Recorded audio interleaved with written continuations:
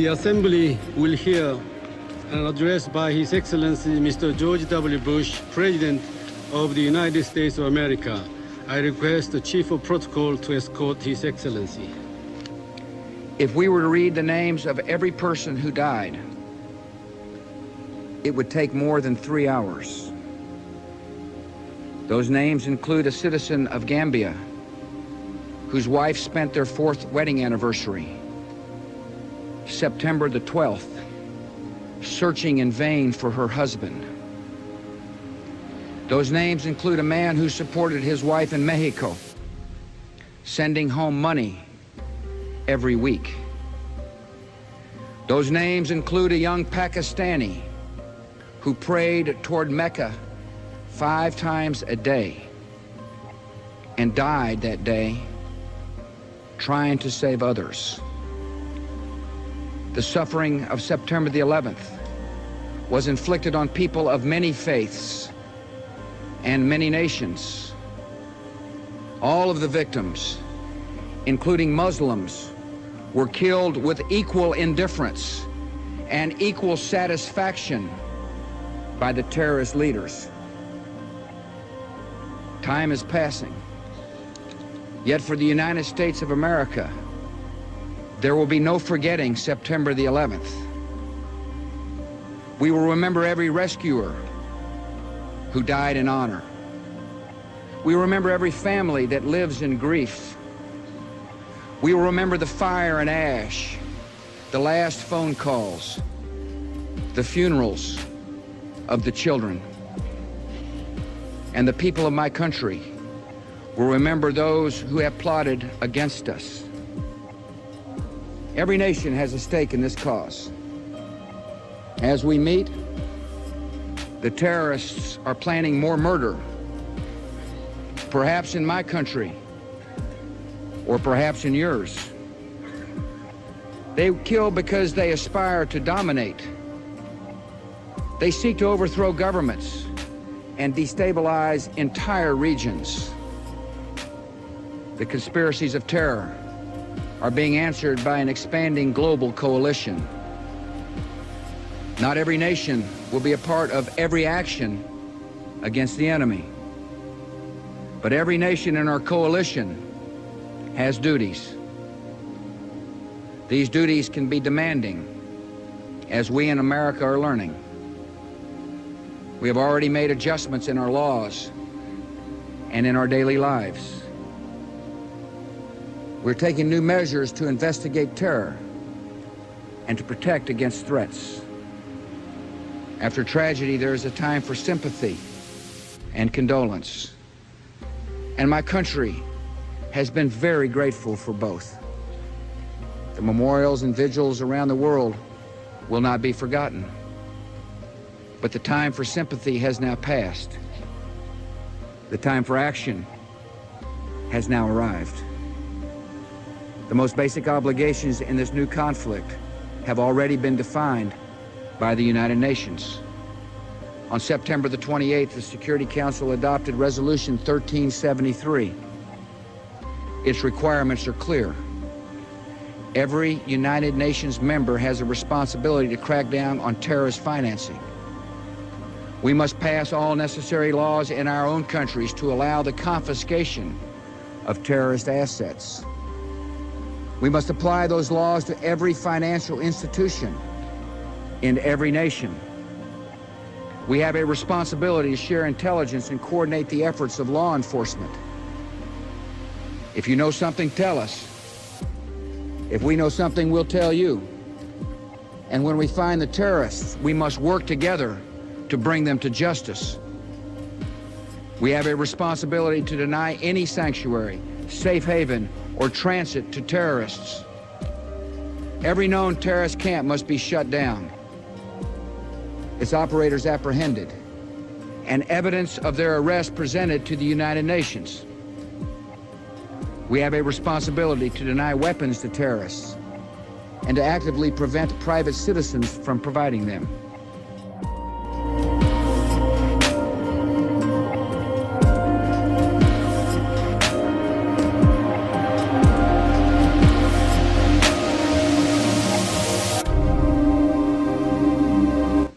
We must speak the truth about terror.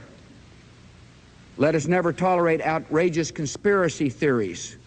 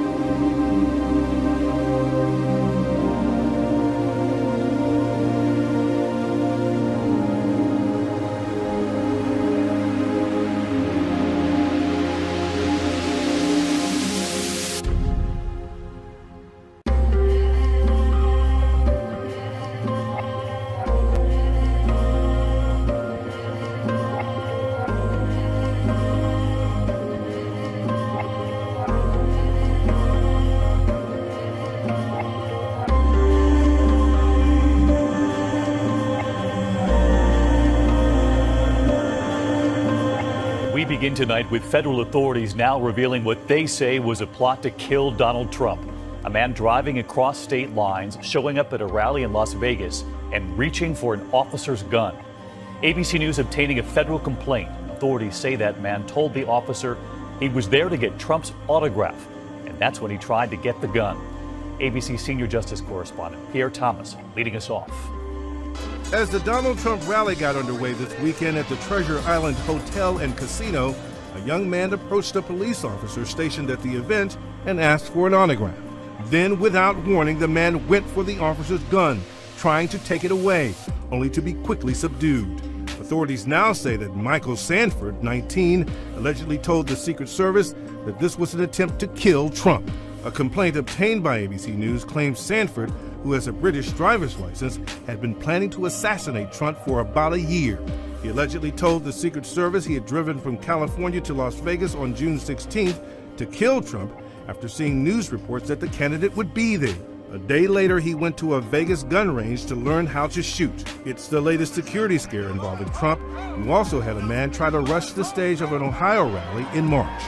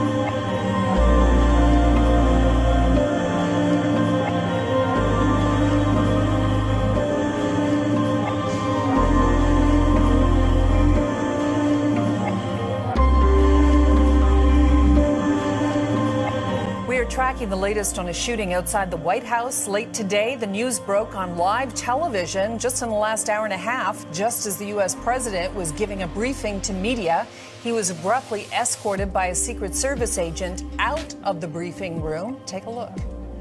New record in NASDAQ and the S&P 500 and the Dow Jones are going to be, I mean, the way they're going, it looks like they're just about going to be topping records hopefully soon. Excuse me?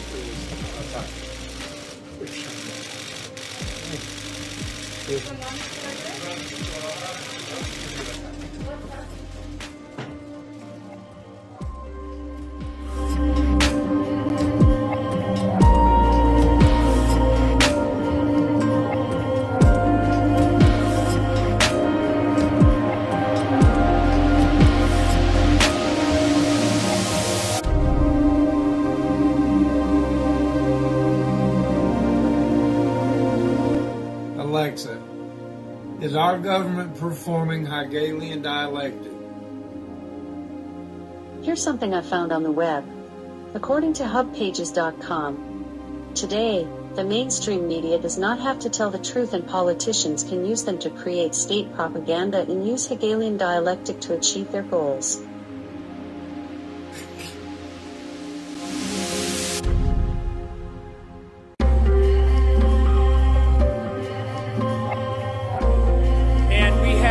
Army, okay, as a soldier and as a general, as a retired general, we have an army of digital soldiers. What we are now, what we call, I call them, because this was an insurgency, folks. This was run like an insurgency. This was irregular warfare at its finest in politics, and that story will continue to be told here. But we have what we call citizen journalists. Because the journalists that we have in our media did a disservice to themselves, actually more than they did to this country. They did a disservice to themselves because they displayed an arrogance that is unprecedented. And so the American people decided to take over the idea of information. They took over the idea of information, and they did it through social media.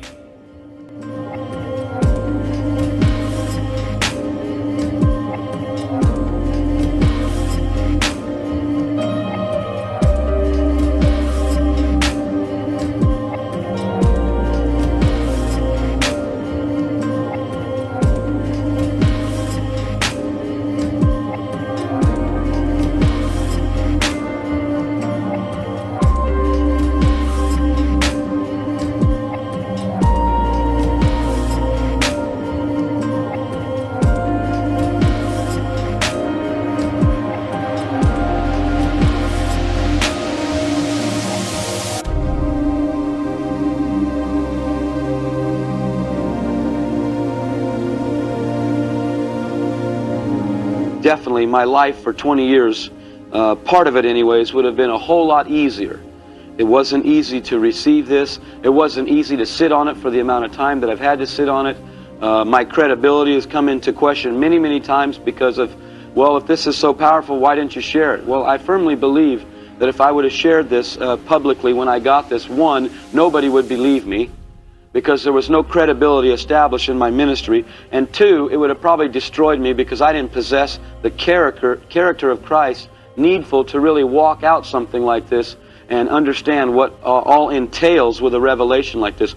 Paul talked about revelations coming and bringing trials, and so I know that I really wasn't ready for this. The events are difficult to describe because lawlessness and fear was permeating society completely. After about 2 weeks of time, television and radio began to be back up and running. However, it was completely different than what was previously being broadcast. The broadcasts were being bombarded nearly everywhere, and they were depicting a soon-to-come new government and leadership. You have to understand, the whole world was experiencing this despair and this this chaos that was permeating society. No one, by the way, was isolated from this. No one was hidden from this. This was engulfing the whole globe. I asked him if he knew what was going on in the world, and this is exactly what he said to me. He told me that the end was coming upon us and that he had not prepared for the times of the Lord. This was very unusual. This destruction was global. It reached the whole globe, folks. One thing that was happening is that you could not cross state lines at this time without papers. You had to have current papers to cross state lines. That was very, very strange to me. I don't think I would have ever believed that our country would become a place where you can't cross border to border without papers, approved papers. But I saw it, and it was astounding to me. This new leader began to be on television again, and he was not resisted in the implementation of any of his policies. Not one. No one stood up to challenge him. No one in America started a revolution. No one. There was no resistance whatsoever. Not on a grassroots level, not on a national level, no one. If you start telling them end-time things like this, they label you as a doomsday fanatical nutcase. You know, what are you one of those guys that are going to tell us that the end's going to come upon us and we're not going to get snatched out of here or get out of here without a little bit of problem. You know, just read your Bible. God didn't take Noah out of the earth. He put an ark around him. God delivered Lot from Sodom but still destroyed the place. He didn't take him into the clouds. Jesus said so many times himself, even in the high priestly prayer, he said that, hey, listen, Father, I pray that they might be one as we're one. But Father, I pray that you take them not out of the world, but that you keep them from the evil one. You know, he's the one who said, he who endures to the end shall be saved. Where were the ideals of our founding fathers? How could this happen in America? You know, I've heard of a lot of other nations having coup attempts and governments overthrown, but it was usually through war. There was not even a bullet fired.